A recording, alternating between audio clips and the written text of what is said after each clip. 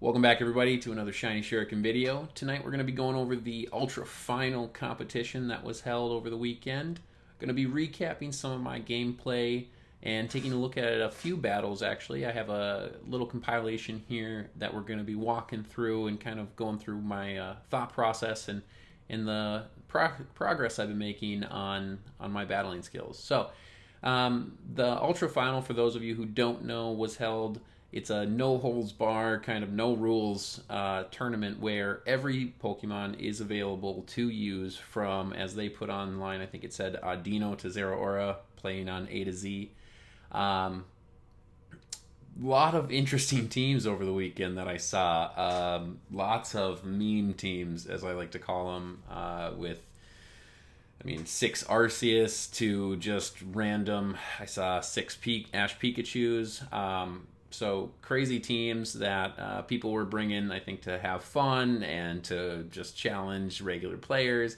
But I use this as a big learning opportunity. I mean, if you can take down the constant onslaught of mythical and legendary Pokemon, then you should be ready to go when you go into real competitions. Not that this isn't a real competition, but I don't think a lot of people were taking this one too seriously. This is, I think, my fourth competition ever. I started playing in the international competitions back in February. I missed the one that was, I think, November before that. My goal was to play to a higher caliber this time and get into a higher rank. So I did achieve some good things this time. My highest rank ever was 1578, which is my highest ever, of course. And I did take down my highest ranked opponent at 1596. Anytime I came up to somebody in the 1600s, I played my heart out, but still came up a little short there, which is all right. Definitely learning, and I picked up a lot of things from really good players over the weekend. So things that hopefully I can take into competitions when Sword and Shield starts, which of course is just under 40 days now. So excited for that.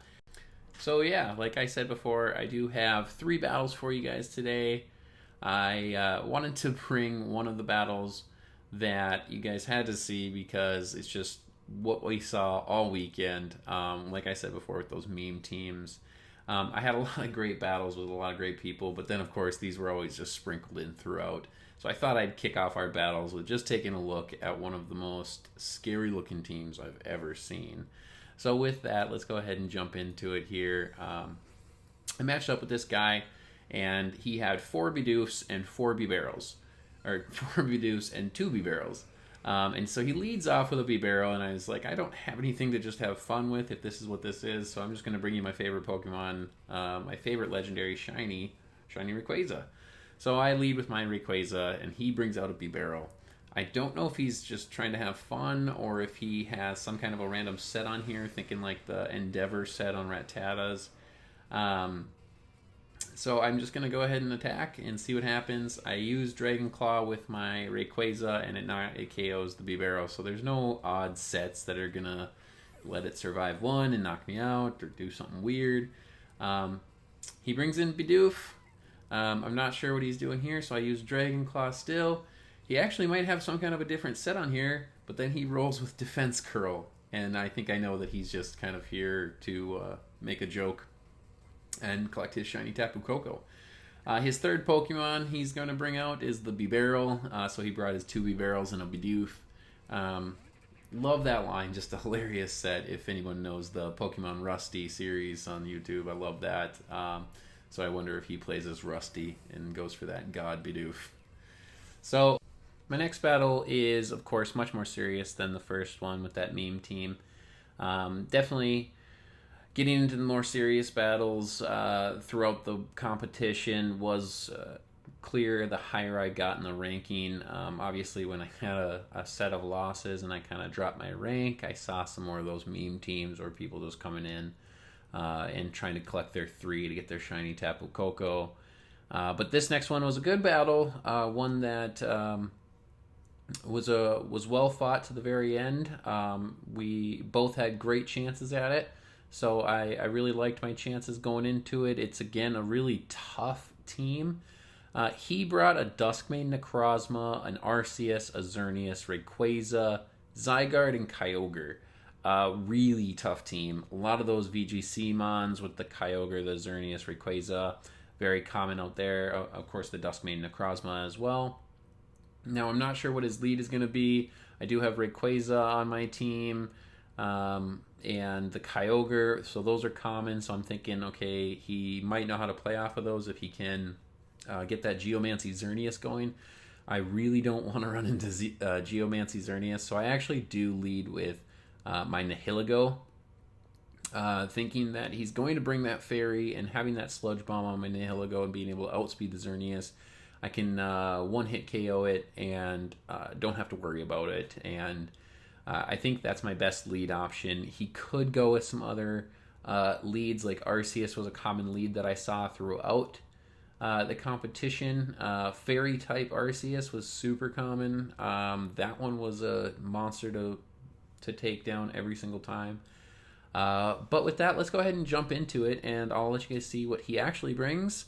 As we see that we've got Brandon here. So here's my Nihilego lead. I've got that one running. Of course, that shiny timid set with the high special attack. And he actually leads Kyogre, a shiny Kyogre with a Master Ball. Love that combination. So it's going to go Primal. And it's not the ideal lead, but it's not the worst either.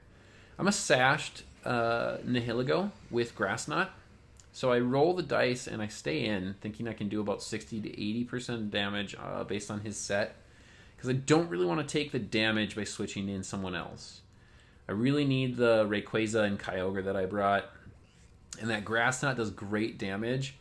If he would have used Origin Pulse, my Sash would have activated. But he actually Calm Minds here, which is just crazy to me. He must have thought that I was going to switch. Even the threat of Thunder, though, I'm surprised he still went for that.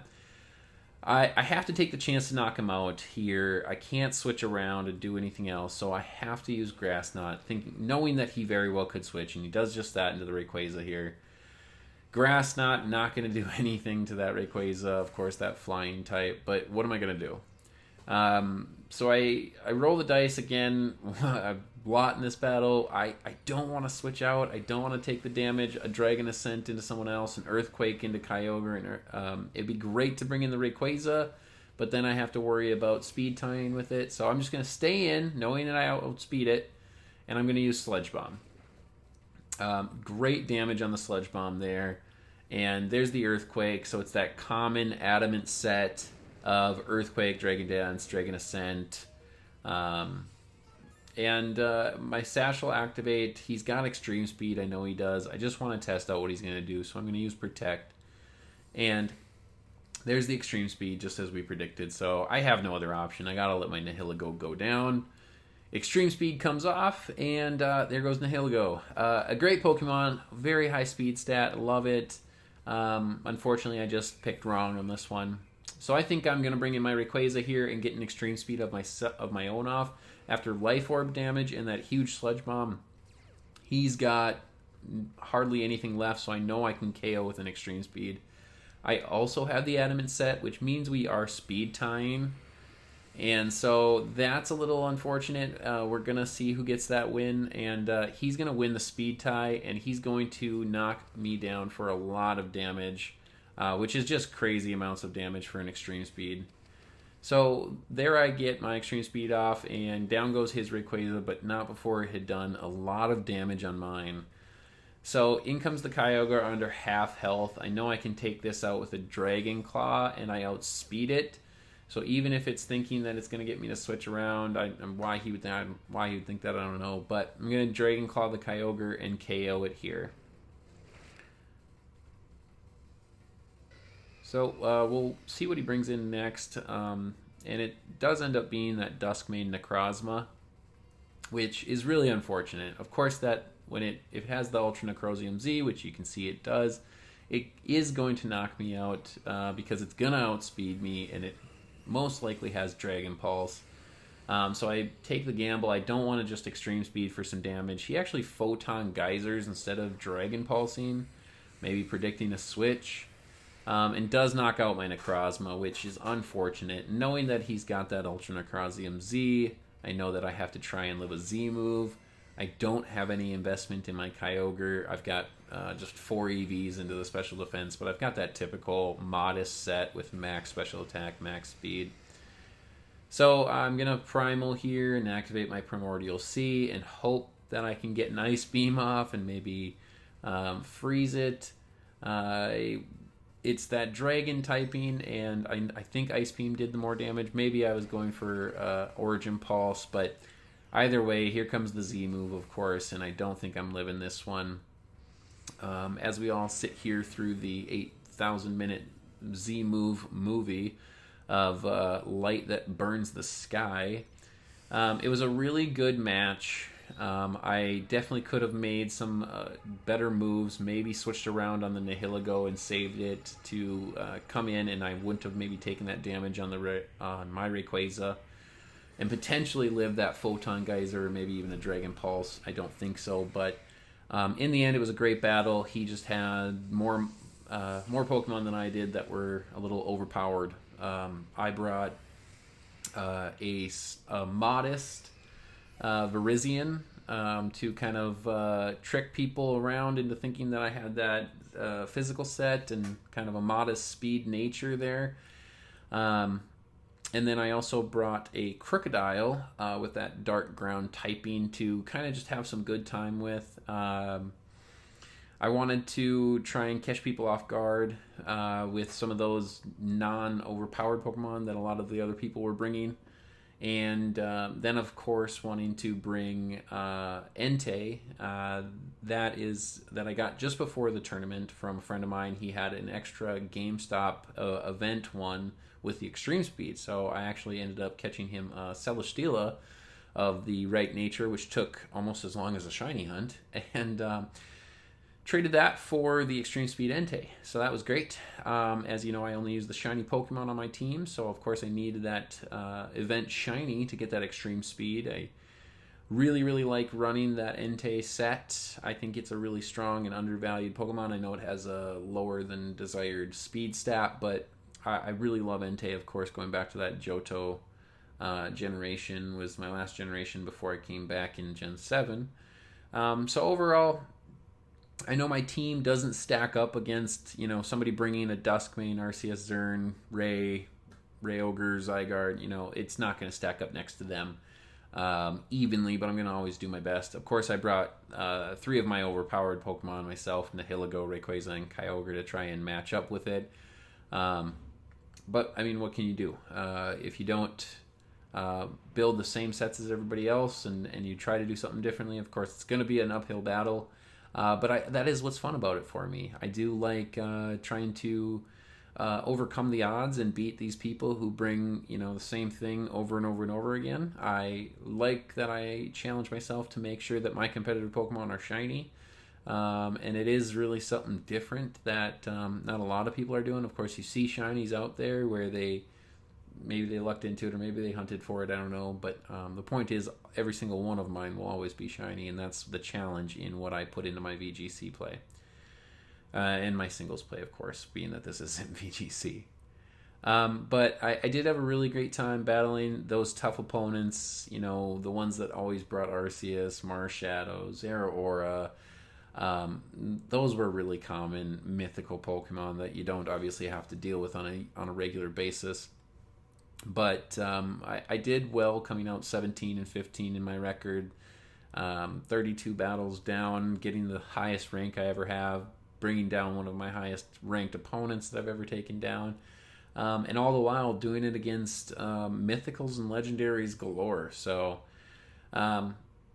it was really fun, and I hope you guys enjoyed that last battle. Let's jump into the very last one. I only brought 3 here for you today. So let's take a look here. I brought Entei, Kyogre, and Rayquaza into this. My opponent brought a Marshadow, Magearna, Giratina, Toxapex, Groudon, and Yveltal. So I lead off with my Entei because I do not want to run into a Magearna with the Soul Heart ability.